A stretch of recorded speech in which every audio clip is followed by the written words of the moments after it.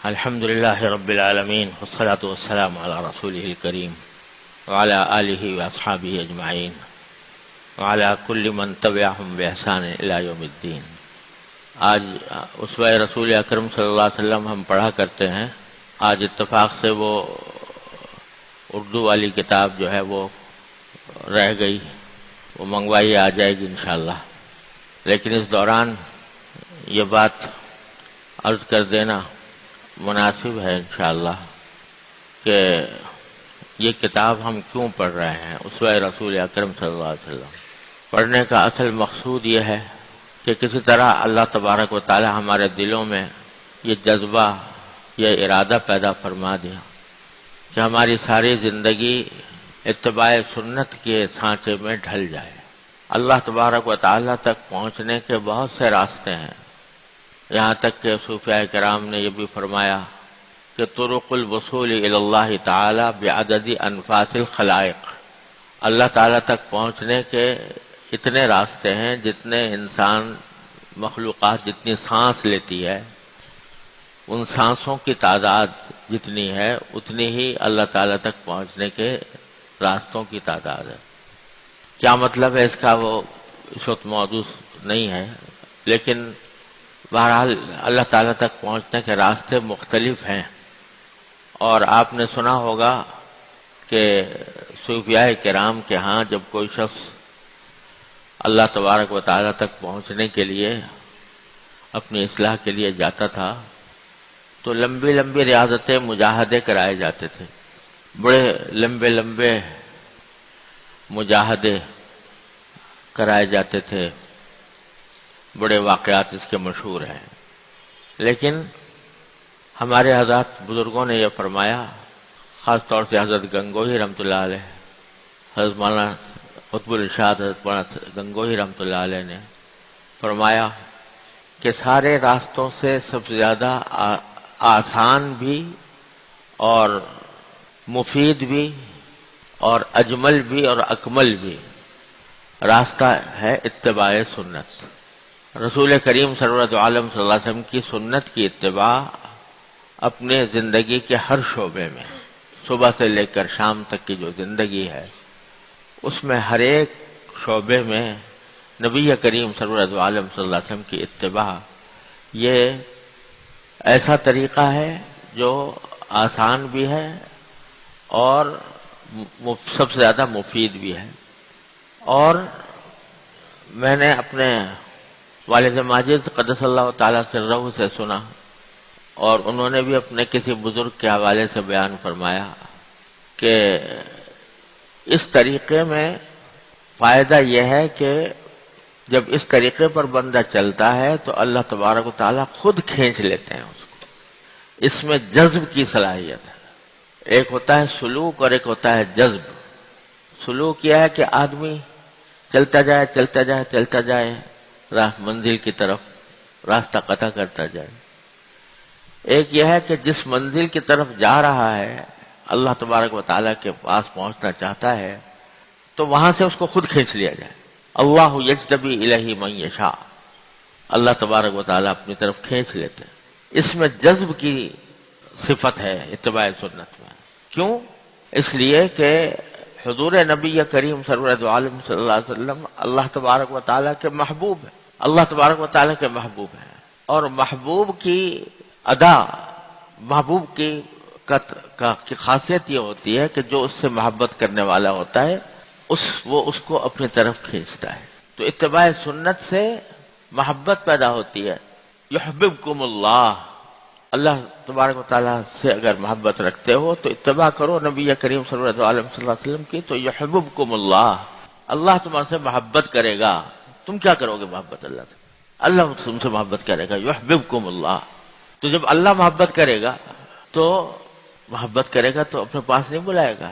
ہونا تو یہ چاہیے کہ ہم محب ہوں وہ محبوب ہو، ہم محبت کرنے والے ہوں وہ محبوب ہو، لیکن اتباع سنت کے نتیجے میں وہ محب بن جاتے ہیں، ہم محبوب بن جاتے ہیں۔ اتبعونی یحببکم اللہ۔ تو جب اتباع کر رہے ہوں گے تو اس وقت اللہ تبارک و تعالی محبت فرمائیں گے، تم محبوب بن جاؤ گے، اور محب جو ہوتا ہے وہ اپنے محبوب کو اپنے پاس کھینچتا ہے۔ لہذا اتباع سنت وہ راستہ ہے جس میں اللہ تبارک و تعالیٰ خود اپنی طرف کھینچ لیتے ہیں، اور سنت جس قسم کی بھی ہو، چھوٹی ہو بڑی ہو، دیکھنے میں معمولی معلوم ہو رہی ہو، لیکن جب بندہ نبی کریم سرور دو عالم صلی اللہ علیہ وسلم کی سنت کی اتباع کی نیت سے وہ عمل کرتا ہے، چاہے وہ کتنا ہی چھوٹا نظر آ رہا ہو، تو یحببکم اللہ کا اثر ضرور متحقق ہوگا۔ میرے شیخ حضرت عارفی قدس اللہ تعالی سرہ فرمایا کرتے تھے کہ جس وقت تم فرض کرو بیت الخلاء میں داخل ہو رہے ہو اور اللہم انی اعوذ بک من الخبث والخبائث جو سنت ہے وہ دعا پڑھ کر اور پھر بایاں پاؤں اندر پہلے رکھ رہے ہو، اس لیے کہ سنت یہ ہے کہ بایاں پاؤں پہلے رکھا جائے۔ جس وقت یہ عمل کر رہا ہے اس وقت تم اللہ کے محبوب ہو، اس واسطے کہ اللہ تعالیٰ نے فرمایا یحببکم اللہ تعالیٰ محبوب کرے گا۔ مسجد میں داخل ہوتے وقت جب دایاں پاؤں رکھ کر داخل ہو رہے ہو نبی کریم صلی اللہ علیہ وسلم کی سنت کی اتباع میں، اور اللہم افتح لی ابواب رحمتک کہہ کر داخل ہو رہا ہے، اس وقت تم اللہ کے محبوب ہو۔ بات ساری کیا ہے کہ تنبہ ہو جائے، غفلت سے تنبہ کی طرف آ جائیں، اور جو عمل کریں وہ نبی کریم صلی اللہ علیہ وسلم کی سنت کے اوپر عمل کرنے اتباع کی نیت سے کریں، تو پھر محبوب ہو تم اللہ کے۔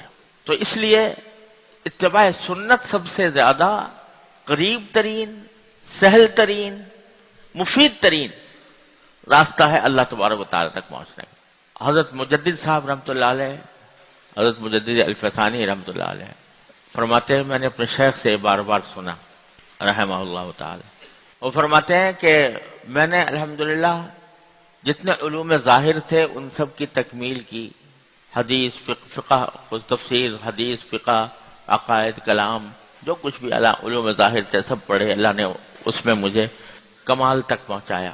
پھر میں نے علوم باطن کی سیر کی، اور جتنے تصوف کے سلسلے تھے ان سب کو دیکھا اور برتا، ان سے گزرا، یہاں تک کہ ایسی جب مقام پر پہنچا کہ لوگ کے سامنے کہوں، کوئی کہے گا کہ یہ زندیق ہو گیا، کوئی کہے گا کہ یہ ملحد ہو گیا، لیکن واقعہ یہ ہے کہ میں اس مقامات تک پہنچا، یہاں تک کہ ایک مرحلے پر مجھے یہ فرمایا انہوں نے کہ خود مجھے نبی کریم سرور دو عالم صلی اللہ علیہ وسلم نے خلعت پہنایا۔ اللہ عالم کس طرح پہنایا ہم کیا سمجھ سکتے ہیں، کیا جان سکتے ہیں۔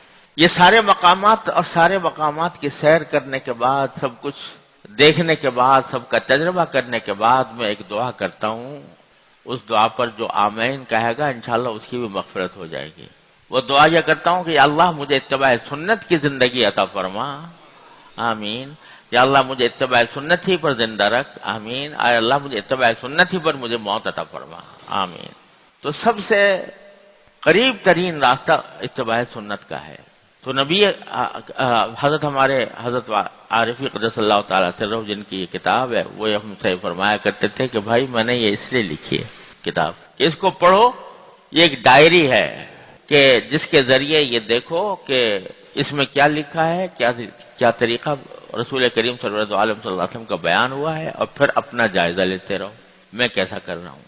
جہاں فرق معلوم ہو تو اس نیت سے کہ میں نبی کریم صلی اللہ علیہ وسلم کی سنت کی اتباع کروں، اس نیت سے پڑھ کر اس کو اپنی زندگی میں اپناؤ۔ ہم پڑھتے تو ہیں، احادیث بھی پڑھتے ہیں، نبی کریم صلی اللہ علیہ وسلم کے ارشادات بھی پڑھتے ہیں، احادیث قولیہ بھی فعلیہ بھی سبھی پڑھتے ہیں، لیکن اگر پڑھنے کا مقصد صرف معلومات حاصل کرنا ہو کہ بھئی یہ بات معلوم ہو گئی، اور معلوم ہونے کے ساتھ یہ ہو کہ بھئی کسی موقع پر ہم دوسروں کو بھی بتائیں گے، سکھائیں گے، سنائیں گے، تو یہ اللہ بچائے اس سے کوئی فائدہ نہیں، بلکہ بعض اوقات حب جاہ، حب مال، حب شہرت، ان بیماریوں میں انسان مبتلا ہو جاتا ہے۔ اللہ، بلکہ پڑھے اس نیت سے کہ یہ میرے لیے ہے، یہ جو کچھ میں پڑھ رہا ہوں یہ میرے لیے ہے، میرے عمل کے لیے ہے، مجھے اس جیسا بننے کی کوشش کرنی ہے، مجھے اس جیسا بننے کا ارادہ کرنا ہے۔ جب یہ نیت ہوتی ہے تو پھر الحمدللہ علم کے اندر بھی برکت آتی ہے. جو معلومات حاصل ہوتی ہیں وہ معلومات ہی نہیں رہتی، وہ پھر انسان کے عمل بن جاتی ہے. عمل بن جاتی ہیں تو وہ اتباع سنت میں زندگی ڈھلتی چلی جاتی ہے. اللہ تعالیٰ اپنے فضل و کرم سے ہم سب کو یہ جذبہ عطا فرمائے. جو پڑھیں وہ اس لیے پڑھیں کہ یہ ہمارے لیے ہے. ہم جیسے میں اپنی بات کرتا ہوں کہ جب ہم پڑھتے تھے تو بعض اوقات ذہن میں یہ آتا تھا کہ بھئی یہ بڑی اچھی بات معلوم ہو گئی، اور کسی واعظ میں اس کو سنائیں گے لوگوں کو، کسی تقریر میں لوگوں کو بتائیں گے. تو جب یہ نیت ہو گئی کہ دوسروں کو بتائیں گے، یعنی گویا معاذ اللہ ہمیں ضرورت اتنی نہیں ہے، دوسروں کو بتانا ہے، تو یہ اللہ بچائے یہ راستہ غلط، لائن غلط پکڑ لی. میں تو ایک بزرگ کا قول نظر سے گزرا تو الحمدللہ تنبہ ہوا. میں لڑکپن کی بات کر رہا ہوں، اپنے لڑکپن کی. اس وقت یہ ہوتا تھا خیال کہ اچھی بات نظر آ گئی، بہت اچھی بات سن لی، جمعہ کو جب تقریر کریں گے تو اس میں یہ سنائیں گے تو لوگ اس سے محظوظ ہوں گے. یہ خیالات آیا کرتے تھے. تو ایک بزرگ کا مقولہ نظر سے گزرا، اب مجھے ان بزرگ کا نام بھی یاد نہیں رہا. فرمایا کہ اذا احدث اللہ لک علما فاحدث للہ عبادۃ ولا یکن ہمک ان تذکرہ للناس. جب اللہ تمہیں کوئی نیا علم دے تو پھر اس کا شکر یہ ہے کہ ایک نئی عبادت کرو جو پہلے نہیں کی. نئی عبادت کرو. نیا علم دیا اللہ نے تو نئی عبادت کرو. نئی عبادت یہ بھی ہو سکتی ہے کہ جس چیز کا علم حاصل ہوا اس پر عمل کر لیا. نئی عبادت یہ بھی ہو سکتی ہے کہ جو علم حاصل ہوا اس کے اوپر اللہ تعالیٰ کا شکر ادا کیا، یا اللہ آپ نے اپنے فضل و کرم سے یہ علم عطا فرما دیا. تو جب کوئی نیا علم حاصل ہو کرو تو اللہ کے لیے ایک نئی عبادت کرو، اور ہرگز تمہارے دماغ میں یہ خیال نہ آئے کہ میں لوگوں کو بتاؤں گا. یہ بیماری کی رگ پکڑ لی انہوں نے بزرگوں نے، ہم جیسے مولویوں کی بیماری کی رگ پکڑ لی کہ یہ بیماری پیدا ہو جاتی ہے کہ علم اس لیے حاصل کر رہے ہیں تاکہ لوگوں کو سکھائیں گے، لوگوں کو بتائیں گے. ارے بھائی پہلا کام تو تم خود اپنی فکر تو کرو کہ تمہیں اس پر عمل کرنا ہے، تمہارے لیے ہے یہ سنت نبی کریم صلی اللہ علیہ وسلم کی، تمہارے لیے ہے. پہلا کام تو تمہارا ہے. اب دوسروں کی تو تم جھولیاں بھرتے رہو اور اپنی جھولی خالی ہو تو کیا فائدہ اس کا؟ اللہ بچائے. میں نے اپنے والد ماجد رحمۃ اللہ علیہ سے ایک قصہ سنا کہ ایک پیر صاحب تھے، ان کے ایک مرید تھے. تو مرید نے آ کر ایک مرتبہ پیر صاحب سے کہا کہ حضرت میں نے ایک عجیب خواب دیکھا ہے. انہوں نے کہا بھائی کیا خواب دیکھا ہے؟ کہا کہ میں نے آپ کو دیکھا ہے کہ آپ کے ہاتھ پر شہد لگا ہوا ہے اور میرے ہاتھ کے اوپر گندگی لگی ہوئی ہے. تو انہوں نے کہا تو نے ٹھیک دیکھا؟ ہمارے ہاتھ پر شہد دیکھا، اپنے ہاتھ پر گندگی دیکھی تو ٹھیک دیکھا. تو دنیا کا کتا، میں اللہ والا، تو اس واسطے میرے ہاتھ پر شہد ہے اور تیرے ہاتھ پہ گندگی. انہوں نے کہا ذرا سن لیں اور آگے بھی سن لیں کہ آگے کیا ہے. کہا کہ خواب میں یہ دیکھا کہ آپ مجھے شہد چٹا رہے ہیں اور میں آپ کو وہ گندگی چٹا رہا ہوں. الیاذ باللہ العظیم. تو اگر کوئی آدمی دوسروں کو اس لیے بتا رہا ہے کہ تاکہ اس کی شہرت ہو، اس کی عزت ہو، اس کو لوگ بڑا سمجھیں، تو دوسروں کو شہد تو چٹا رہا ہے لیکن دوسروں کی گندگی اپنے منہ میں لے رہا ہے. الیاذ باللہ العظیم. تو اس لیے ہم اس لیے پڑھتے ہیں یہ تاکہ اس کو اس نیت سے پڑھیں کہ یہ ہمارے لیے ہے، ہم اس کے اوپر کسی طرح عمل کرنے والے بن جائیں. تو اسی میں یہ ذکر چل رہا تھا نبی کریم سرور عالم صلی اللہ علیہ وسلم کے تحمل کا، حلم کا، کہ ایسے موقع پر جب کہ دوسرے لوگ غصے میں آ جاتے ہیں اور غصے میں آ کر آپے سے باہر ہو جاتے ہیں، ایسے مواقع پر نبی کریم سرور عالم صلی اللہ علیہ وسلم نے جس تحمل کا درس دیا، اپنے قول سے بھی اپنے فعل سے بھی، اور یہ دعا بھی فرمائی کہ اللہم اعنی بالعلم وزینی بالحلم. اے اللہ مجھے علم عطا فرمائیے، مجھے اعنی بعض روایتوں میں آتا ہے، بعض میں اغنینی، اللہم اغننی بالعلم، کہ مجھے علم کے اندر غنی کر دیجئے، علم میں غنی کر دیجئے، وزینی بالحلم، اور حلم سے مجھے زینت عطا فرمائی۔ یعنی علم کی زینت کیا ہے؟ حلم، تحمل، بردباری، کہ غصے کے مواقع پر بھی انسان اپنے آپ کو قابو میں رکھے۔ یہ صفت نبی کریم صلی اللہ علیہ وسلم کی یہ سنت، عظیم سنت ہے۔ اس سنت کا ایک واقعہ ہے جو یہاں پر مذکور حضرت نے فرمایا۔ میں پہلے بھی کئی واقعات پڑھ چکے ہیں۔ واقعہ یہ ہے کہ فرمایا کہ زید ابن سعنہ کا واقعہ ہے۔ یہ ایک یہودی عالم تھے، یہودیوں کے بڑے زبردست عالم تھے اپنے زمانے میں، مشہور عالم تھے۔ وہ خود اپنا واقعہ بیان کرتے ہیں۔ بعد میں اللہ تعالیٰ نے مسلمان ہونے کی توفیق عطا فرمائی، اور اللہ تعالیٰ نے نبی کریم صلی اللہ علیہ وسلم کی صحبت میں رہنے کی بھی توفیق عطا فرمائی، غزوات میں شرکت بھی ہوئی، یہاں تک کہ غزوہ تبوک میں شہید ہوئے۔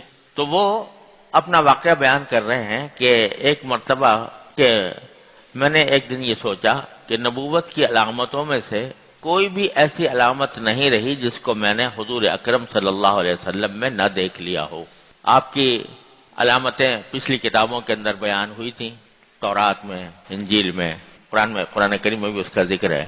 تو جو علامتیں نبی آخر الزمان صلی اللہ علیہ وسلم کی بیان کی گئی تھیں تورات و انجیل میں، وہ ایک ایک کر کے میں دیکھتا رہا کہ حضور میں پائی جاتی ہیں کہ نہیں پائی جاتی۔ تو جتنی علامتیں تھیں وہ میں نے حضور میں دیکھی، سوائے دو علامتوں کے جن کے تجربے کی ابھی تک نوبت نہیں آئی تھی۔ ایک علامت یہ تھی کہ آپ کا حلم آپ کے غصے پر غالب ہوگا، آپ کا حلم آپ کے غصے پر غالب ہوگا۔ یہ علامت بیان ہوئی تھی نبی کریم صلی اللہ علیہ وسلم کی۔ دوسرے یہ کہ آپ کے ساتھ کوئی جتنا بھی جہالت کا برتاؤ کرے گا اسی قدر آپ کا تحمل زیادہ ہوگا۔ کوئی دوسرا جتنا بھی زیادہ جہالت کا معاملہ کرے آپ کا تحمل اور اس سے بھی زیادہ ہوگا۔ تو میں ان دونوں علامتوں کے امتحان کے مواقع تلاش کرتا رہا کہ دیکھوں یہ علامتیں پائی جاتی ہیں نبی کریم صلی اللہ علیہ وسلم میں یا نہیں، اور اس کے لیے میں آمد و رفت بڑھاتا رہا، یعنی جا کے مل لیا، کبھی کسی وقت دیکھ لیا جا کر۔ تو ایک دن ایسا ہوا کہ آپ حجرے سے باہر تشریف لائے، آپ کے ساتھ حضرت علی رضی اللہ تعالیٰ عنہ بھی تھے۔ ایک دیہاتی جیسا شخص آیا اور اس نے عرض کیا کہ یا رسول اللہ، میری قوم مسلمان ہو چکی ہے اور میں نے ان سے یہ کہا تھا کہ مسلمان ہو جاؤ گے تو اللہ تعالیٰ تمہیں بھرپور رزق دے گا۔ اب یہ انہوں نے اپنے خیال میں لوگوں کو اسلام کی ترغیب دینے کے لیے، خود دیہاتی آدمی تھے اور اپنے دیہاتی لوگوں سے ترغیب دینے کے لیے کہہ دیا تھا کہ اگر اسلام لاؤ گے تو بہت رزق ملے گا۔ یہ عام نبی کریم صلی اللہ علیہ وسلم کی تبلیغ اور دعوت کا طریقہ یہ نہیں تھا، یعنی کہ آپ لوگوں کو یہ کہیں کہ اسلام لاؤ تو تمہیں دنیاوی منافع بہت حاصل ہوں گے۔ آپ تو یہ فرماتے قولوا لا الہ الا اللہ تفلحوا، لا الہ الا اللہ کہہ دو فلاح پا جاؤ گے۔ اور فلاح میں اصل فلاح تو آخرت کی ہے، پھر انجام کار دنیا کے اندر بھی فلاح مل جاتی ہے۔ لیکن اس طرح کہنے کا معمول نہیں تھا کہ ابھی تم اسلام لاؤ تو تمہیں دنیاوی منافع حاصل ہوں گے، لیکن بہرحال انہوں نے کہہ دیا۔ اب حالات یہ ہیں، انہوں نے بتایا دیہاتی صاحب نے کہ قحط پڑ گیا ہے وہاں اور لوگ بھوک کا شکار ہیں اور مجھے ڈر ہے کہ اسلام سے نہ نکل جائیں، تو اگر آپ کی رائے ہو تو ان کی کچھ مدد فرما دیں میرے دیہات میں رہنے والوں کی جو نئے نئے اسلام لائے ہیں۔ اس وقت حضرت علی رضی اللہ تعالیٰ عنہ آپ کے ساتھ تھے، تو آپ نے حضرت علی کی طرف دیکھا، یعنی اس خیال سے کہ کوئی اگر چیز ہو تو ان کو بھیج دی جائے۔ غالباً حضرت علی کی طرف اس لیے دیکھا ہوگا کہ صدقات وغیرہ جب آتے تھے تو حضرت علی رضی اللہ تعالیٰ عنہ کے ذریعے بعض اوقات تقسیم فرمایا کرتے تھے آپ، تو ان سے اس طرف دیکھا ہوگا کہ شاید کچھ باقی ہو صدقات میں سے تو ان کے پاس بھیج دیا جائے۔ تو حضرت علی نے عرض کیا کہ یا رسول اللہ اب کچھ نہیں رہا، جو کچھ تھے سب تقسیم ہو چکا، اب کچھ باقی نہیں ہے۔ جس وقت وہ زید ابن سعنہ یہ یہودی یہ اس وقت وہاں موجود تھے، انہوں نے یہ منظر دیکھا تو کہنے لگے یا محمد صلی اللہ علیہ وسلم، اگر آپ ایسا کریں کہ فلاں شخص کے باغ کی اتنی کھجوریں وقت معین پر مجھے دے دیں تو میں قیمت پیشگی دے دوں گا اور وقت معین پر کھجوریں لے لوں گا۔ یہ ایک طریقہ ہوتا تھا پہلے، اس وقت میں خاص طور پر کاشتکاروں میں یہ طریقہ ہوتا تھا کہ کاشتکار جب کوئی بیج وغیرہ ڈالتے کا وقت آتا تھا تو ان کے پاس پیسے نہیں ہوتے تھے، تو وہ چاہتے تھے کہ پیشگی فروختگی کر دیں، پیسے ہمیں ابھی مل جائیں، اور جب ہمارے پاس ہمارا کھیتی تیار ہو یا باغ تیار ہو تو ہم اس وقت اس کی ادائیگی کر دیں۔ اس کو بیع سلم کہتے ہیں۔ تو اس نے پیشکش کی یہودی نے کہ آپ ایسا کریں کہ میں پیشگی بھی پیسے دے دیتا ہوں، اور فلاں شخص کے باغ کی کھجوریں آپ مجھے اتنی مدت کے بعد اس کے بدلے میں دے دیجیے گا۔ اب یہ دیکھو کہ ایک ایسا وقت آیا ہے کہ جس میں نبی کریم صلی اللہ علیہ وسلم چاہتے ہیں کہ ان لوگوں کی مدد کریں اور فوری طور سے کچھ پیسے مل جائیں تاکہ ان کو بھیجے جا سکیں، لیکن اس نے شرط یہ لگائی کہ فلاں شخص کے باغ کی کھجوریں اتنے وقت معین پر مجھے آپ دے دیں۔ تو آپ نے فرمایا یہ تو نہیں ہو سکتا، کیونکہ شریعت کا حکم نہیں تھا۔ شریعت کا حکم یہ ہے کہ بیع سلم اگر ہو تو کسی خاص باغ کے اوپر متعلق نہیں ہو سکتی کہ فلاں باغ کے پیداوار کے اوپر بیع سلم کی جائے کہ وہ لا کے دوں گا، کیونکہ جب معین وقت آئے گا تو پتہ نہیں وہاں پیداوار ہوگی کہ نہیں ہوگی، وہ باغ باقی رہے گا نہیں رہے گا۔ اس واسطے شریعت نے یہ حکم دیا ہے کہ اس طرح نہیں ہو سکتا۔ ہاں یہ ہو سکتا ہے کہ بھئی اتنی کھجوریں، ایسی قسم کی فلاں کھجوریں ہم دیں گے، وہ چاہے جہاں سے بھی دیں، یہ ہو سکتا ہے۔ تو آپ نے فرمایا کہ یہ تو نہیں ہو سکتا، البتہ اگر باغ کو متعین نہ کرو، یعنی یہ نہ کہو کہ فلاں کے باغ میں سے اتنی کھجوریں، تو میں معاملہ کر سکتا ہوں، یعنی پھر میں مطلق کھجوریں طے کر لوں گا کہ اتنی کھجوریں تم کو دیں گے فلاں وقت پہ۔ تو زید کہتے ہیں کہ میں نے قبول کر لیا کہ ٹھیک ہے، میں باغ کی قید نہیں لگاتا، بلکہ اتنی کھجوریں آپ مجھے دے دیجیے گا۔ چنانچہ 80 مسقال سونا زید نے اسی وقت نبی کریم صلی اللہ علیہ وسلم کو دے دیا۔ اچھی بڑی مقدار تھی، اور یہ طے کر لیا کہ رسول کریم صلی اللہ علیہ وسلم ایک متعین مدت کے بعد کھجوریں اس کو ادا کریں گے۔ آپ نے وہ سونا لے کر اس دیہاتی کے حوالے کر دیا اور فرمایا کہ جاؤ اپنے دیہات کے لوگوں میں تقسیم کرو، اور انصاف کی رعایت رکھنا، یعنی ایسا نہ ہو کہ اپنے لوگوں کو دے دو، بلکہ انصاف کے ساتھ اس کو تقسیم کرنا لوگوں میں اور ان کی ضرورت پوری کر دینا۔ اب یہ معاملہ ہو گیا، ایک مدت متعین ہو گئی کہ اس مدت کے اندر نبی کریم صلی اللہ علیہ وسلم کھجوریں زید کو دیں گے۔ زید کہتے ہیں کہ جب کھجوروں کی ادائیگی کے وقت میں 2-3 دن باقی رہ گئے، ابھی وہ وقت آیا نہیں، 2-3 دن باقی تھے جس میں کہ رسول کریم صلی اللہ علیہ وسلم کو وہ کھجوریں ادا کرنی تھیں، تو حضور اکرم صلی اللہ علیہ وسلم صحابہ کرام کی ایک جماعت کے ساتھ کسی نماز جنازہ سے فارغ ہوئے تھے، اور آپ کے ساتھ حضرت صدیق اکبر، حضرت عمر اور حضرت عثمان بھی تھے، کسی جنازے سے فارغ ہوئے، اور وہاں ایک دیوار کے قریب آپ تشریف فرما تھے۔ اس حالت میں جبکہ آپ تشریف فرما ہیں اور آپ کے جو مخصوص صحابہ کرام ہیں، صدیق اکبر، فاروق اعظم، حضرت عثمان غنی، یہ حضرات بھی موجود ہیں، میں آیا اور آپ کے کرتے اور چادر کے پلو کو پکڑ کر نہایت سخت ترش روئی کے ساتھ کہا کہ اے محمد، آپ میرا قرضہ ادا نہیں کرتے، میرے جو کھجوروں کا قرضہ آپ کے ذمہ ہے وہ ادا نہیں کرتے۔ اب آپ بتائیے، آدمی آ کر یہ کہہ دے کہ بھائی وقت آ رہا ہے، آپ مجھے ادا کر دیجیے، نہیں، بلکہ کرتا کھینچ کر، پلو کھینچ کر اور بڑی سختی کے ساتھ ادا نہیں کرتے، اور ساتھ میں یہ بھی کہا کہ میں عبد المطلب کی ساری اولاد کو جانتا ہوں کہ تم سب بڑے نادہند ہو۔ عبد المطلب جو حضور اقدس صلی اللہ علیہ وسلم کے دادا تھے، ان کے ساری اولاد کو جانتا ہوں کہ وہ بڑی نادہند ہے، یعنی وہ لوگوں کے پیسے لے کر کھا جاتی ہے۔ تو ایک تو سختی کا معاملہ، اوپر سے ایسے شریف خاندان کے اوپر یہ تہمت، اور پورے خاندان پر تہمت لگا رہا ہے کہ آپ بڑے نادہند ہو۔ اب وہاں حضرت عمر بھی موجود تھے، وہ کیسے برداشت کرتے؟ تو انہوں نے غصے سے مجھے گھورا اور کہا خدا کے دشمن، یہ کیا بک رہا ہے؟ خدا کی قسم اگر مجھے حضور صلی اللہ علیہ وسلم کا ڈر نہ ہوتا تو تیری گردن اڑا دیتا۔ وہ تو ہر وقت نبی کریم صلی اللہ علیہ وسلم کے اوپر فداکاری کے لیے ہر لمحہ تیار تھے، تو کہا تیری گردن اڑا دیتا۔ لیکن میں نے دیکھا کہ حضور اقدس سرورت عالم صلی اللہ علیہ وسلم نہایت سکون سے مجھے دیکھ رہے تھے، اور تبسم کے انداز میں حضرت عمر سے فرمایا حضرت عمر سے فرمایا کہ عمر، میں اور یہ یعنی یہ زید ایک اور بات کے زیادہ محتاج تھے. کیا؟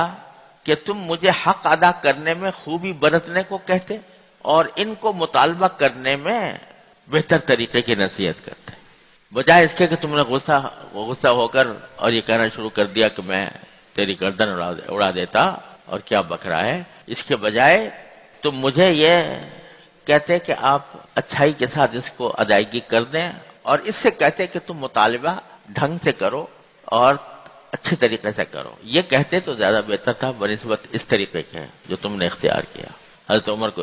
اور پھر فرمایا کہ جاؤ تم ہی اس کو لے جاؤ زید کو اور ان کا حق ادا کر دو. اور ساتھ میں یہ بھی فرمایا کہ تم نے جو اسے ڈانٹا ہے اس کے بدلے 20 صاع زیادہ دے دینا. جتنی کھجوریں طے ہوئی تھیں اس سے 20 صاع زیادہ دے دینا، کیونکہ تم نے اس کو ڈانٹا تو اس ڈانٹنے کے عوض میں ان کو 20 صاع زیادہ دے دینا. اس کے بعد حضرت عمر مجھے لے گئے. انہوں نے نہیں سنا، زید نے نہیں سنا تھا یہ کہ حضور نے یہ فرمایا کہ 20 صاع زیادہ دے دینا. حضرت عمر مجھے لے گئے اور پورا مطالبہ بھی کیا اور 20 صاع کھجوریں زیادہ دیں. میں نے پوچھا یہ 20 صاع کیسے؟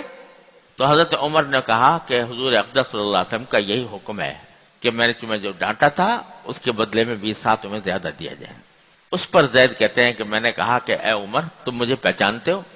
انہوں نے فرمایا کہ نہیں میں پہچانتا نہیں. کہا کہ میں زید بن ثانہ ہوں. حضرت عمر نے پوچھا کہ یہ زید بن ثانہ جو یہود کا بڑا علامہ ہے وہ زید بن ثانہ ہو تم؟ میں نے کہا ہاں میں وہی ہوں. تو حضرت عمر نے فرمایا کہ اتنے بڑے آدمی ہو کر تم نے رسول کریم صلی اللہ علیہ وسلم کے ساتھ یہ کیسا برتاؤ کیا؟ اتنا مشہور آدمی ہو تم اپنے طبقے میں اور ایسا گھٹیا برتاؤ کیا تم نے رسول کریم صلی اللہ علیہ وسلم کے ساتھ، یہ کیوں کیا؟ اس پر میں نے جواب دیا کہ نبوت کی علامتوں میں سے 2 علامتیں ایسی رہ گئی تھیں جن کا مجھے تجربہ کرنے کی نوبت نہیں آئی تھی. ایک یہ کہ آپ کا حلم آپ کے غصے پر غالب ہوگا، اور دوسرے یہ کہ ان کے ساتھ سخت جہالت کا برتاؤ ان کے حلم کو بڑھائے گا. اب ان دونوں علامتوں کو بھی میں نے امتحان کر لیا. اب میں تمہیں گواہ بناتا ہوں کہ اشہد ان لا الہ الا اللہ و اشہد ان محمد رسول اللہ، اور ساتھ ہی تمہیں اس بات کا گواہ بناتا ہوں کہ میرا سارا آدھا مال جو ہے وہ امت محمدی علیہ صاحب السلام پر صدقہ ہے. جتنا مال میرے پاس، بڑا مالدار آدمی تھا، تو جتنا مال ہے اس کا آدھا مال میں امت محمدی علیہ صاحب السلام کے لیے صدقہ کرتا ہوں. اور اس کے بعد حضور اقدس صلی اللہ علیہ وسلم کی خدمت میں واپس آئے اور اسلام لائے، اور بہت سے غزوات میں نبی کریم صلی اللہ علیہ وسلم کے ساتھ شریک ہوئے. اب لوگ کہتے ہیں کہ اسلام تلوار سے پھیلا. تلوار تو حضرت عمر نے اٹھانے کی کوشش کر لی تھی، لیکن نبی کریم سرور عالم صلی اللہ علیہ وسلم نے روک کر اور یہ حلم کا مظاہرہ فرمایا. تو اسلام تو در حقیقت ان اخلاق سے پھیلا، نبی کریم سرور عالم صلی اللہ علیہ وسلم کی سیرت سے پھیلا، آپ کی سنت سے پھیلا، آپ کے اخلاق عظیمہ سے پھیلا، اور ایسے ایسے لوگوں کو اللہ تبارک و تعالیٰ نے اسلام کا حلقہ بگوش ہونے کی توفیق عطا فرمائی. تو بھائی یہ واقعہ پڑھ لیا ہم نے. اللہ تعالیٰ اپنے فضل و کرم سے ہمیں بھی حلم کی توفیق عطا فرمائے. اور واقعہ بیان فرمایا حضرت نے کہ امام بخاری نے حضرت انس رضی اللہ تعالیٰ عنہ سے روایت کیا ہے کہ ایک مرتبہ میں حضور اقدس صلی اللہ علیہ وسلم کے ساتھ جا رہا تھا. آپ کی گردن مبارک میں نجران کی بنی ہوئی ایک حاشیے والی چادر تھی. ایک دیہاتی نے قریب آ کر حضور اقدس صلی اللہ علیہ وسلم کی چادر کو پکڑ کر کھینچا اور لپیٹنے بھی لگا. تو حضرت انس بیان کرتے ہیں کہ میں نے آپ کی گردن مبارک کی طرف دیکھا تو سخت حاشیہ دار لپیٹ نے آپ کی گردن مبارک کو چھیل دیا تھا. اس طرح کھینچا اور یہ کھینچ کر وہ کہنے لگا کہ اے محمد صلی اللہ علیہ وسلم، اللہ تعالیٰ کے اس مال میں سے جو آپ کے پاس ہے مجھے دینے کا حکم فرمائے. رسول کریم صلی اللہ علیہ وسلم نے اس کی طرف دیکھ کر تبسم فرمایا.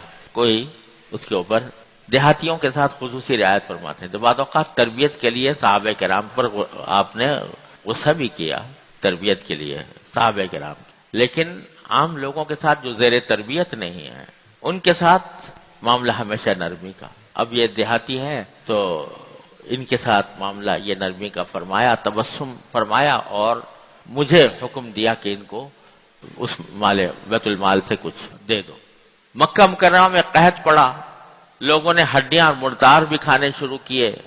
ابو سفیان جو ان دنوں حضور اقدس صلی اللہ علیہ وسلم کے بدترین دشمن تھے، آپ کی خدمت میں آئے اور کہنے لگے کہ اے محمد صلی اللہ علیہ وسلم، تم لوگوں کو صلہ رحمی کی تعلیم دیتے ہو، تمہاری قوم ہلاک ہو رہی ہے، اپنے خدا سے دعا کیوں نہیں کرتے؟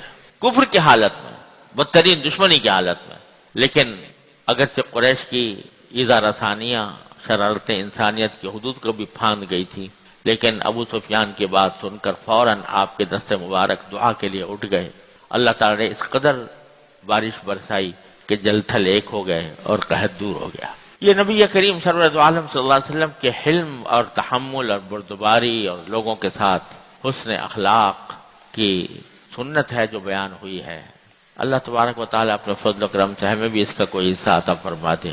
اور بھائی یہ اصل میں پیدا ہوتی ہے اس طرح کہ جب بندہ اپنے آپ کو اللہ کا بندہ سمجھنے لگے، تکبر اور عجب اور دوسروں کے ساتھ بد اخلاقی، یہ چیزیں جو ہیں یہ اس وقت پیدا ہوتی ہیں جب آدمی کے اندر دل میں بڑائی ہو، تکبر ہو، اور جب انسان اپنے آپ کو اللہ تبارک و تعالیٰ کا بندہ سمجھنے لگے، صرف کہنے ہی نہیں سمجھنے لگے کہ میں اللہ کا بندہ ہوں، ہر وقت اس کے اوپر بندگی کا استحضار رہے دل و دماغ کے اوپر، میں اللہ کا بندہ ہوں، اللہ میرا مالک ہے، مجھے دیکھ رہا ہے۔ تو جب یہ استحضار پیدا ہو جاتا ہے تو پھر سختیاں بھی دور ہو جاتی ہیں، تکبر بھی چلا جاتا ہے۔ وہی فاروق اعظم رضی اللہ تعالیٰ عنہ جن کے نام سے لوگ تھراتے تھے، جب اللہ تعالیٰ نے بندگی کا احساس پیدا کر دیا تو اس طرح ہو گئے کہ ایک بچہ بھی اور ایک بڑھیا بھی ان کو کسی غلطی پر متنبع کرتی تو اس کے سامنے بالکل ہیج در ہیج اپنے آپ کو سمجھتے تھے۔ تو اصل بات یہ ہے کہ اللہ تبارک و تعالیٰ اپنے بندہ ہونے کا احساس اور اس کا استحضار دل میں پیدا کرتا ہے۔ اس کا ایک پچھلی مرتبہ بھی عرض کیا تھا، اب پھر دہراتا ہوں کہ کچھ جملے ایسے بنا لیے جائیں جن کا دل میں بار بار تکرار ہوتا رہے، یا اللہ میں آپ کا بندہ ہوں، یا اللہ میں آپ کا بندہ ہوں، یا اللہ میں آپ کا بندہ ہوں۔ یہ جملہ یہ چلتے پھرتے اٹھتے بیٹھتے دل کہتا رہے یا اللہ میں آپ کا بندہ ہوں، یا اللہ میں آپ کا بندہ ہوں، مجھے اپنا صحیح بندہ بنا لیجئے۔ یہ فکرے جو اللہ تبارک و تعالیٰ کے ساتھ بندگی کا اظہار کرنے والے ہوں اور اس بندگی کے واسطے سے اللہ تعالیٰ سے مانگنے والے ہوں، ان کی کچھ عادت ڈال لی جائے۔ اب پڑ جاتی ہے، یہ عادت ڈالنے سے پڑ جاتی ہے کہ آدمی چل بھی رہا ہے، کام میں بھی لگا ہوا ہے، اور دل اللہ تبارک و تعالیٰ کی طرف مشغول ہے، اللہ تعالیٰ کے ساتھ مشغول ہے، اللہ تعالیٰ سے مانگ رہا ہے، اس کی نعمتوں کا شکر ادا کر رہا ہے، اس کے سامنے اپنی بندگی کا عاجزی کا اظہار کر رہا ہے۔ تو دست بکار و دل بیار، کہ ہاتھ تو کام میں لگے ہوئے ہیں لیکن دل اللہ تبارک و تعالیٰ کے ساتھ مشغول ہے۔ یہ صحبت سے حاصل ہوتا ہے، اللہ والوں کی صحبت سے حاصل ہوتا ہے، اور مشق سے حاصل ہوتا ہے کہ آدمی یہ چیزیں، ان چیزوں کی اپنے دل میں تکرار کرتا رہے، مسلسل کہتا سنتا رہے۔ جو فضول قسم کے جو خیالات سے ہمارا ذہن بھرا رہتا ہے، تو اس کے بجائے اس قسم کے خیالات، یہ فکرے تصور میں آتے رہیں اور کہتا بھی سنتا رہے۔ تو دیکھو اللہ تبارک و تعالیٰ جب اس کی توفیق عطا فرما دیتے ہیں اور مشق سے یہ چیز حاصل ہو جاتی ہے، تو پھر دیکھو کیا سے کیا ہو جاتا ہے، پھر ساری رعونت، سارا تکبر وہ خاک میں مل جاتا ہے، کیونکہ جب بندہ بن گیا تو پھر تکبر کہاں کا۔ اللہ تعالیٰ اپنا فضل و کرم، اپنی رحمت سے ہم سب کو اس کی توفیق عطا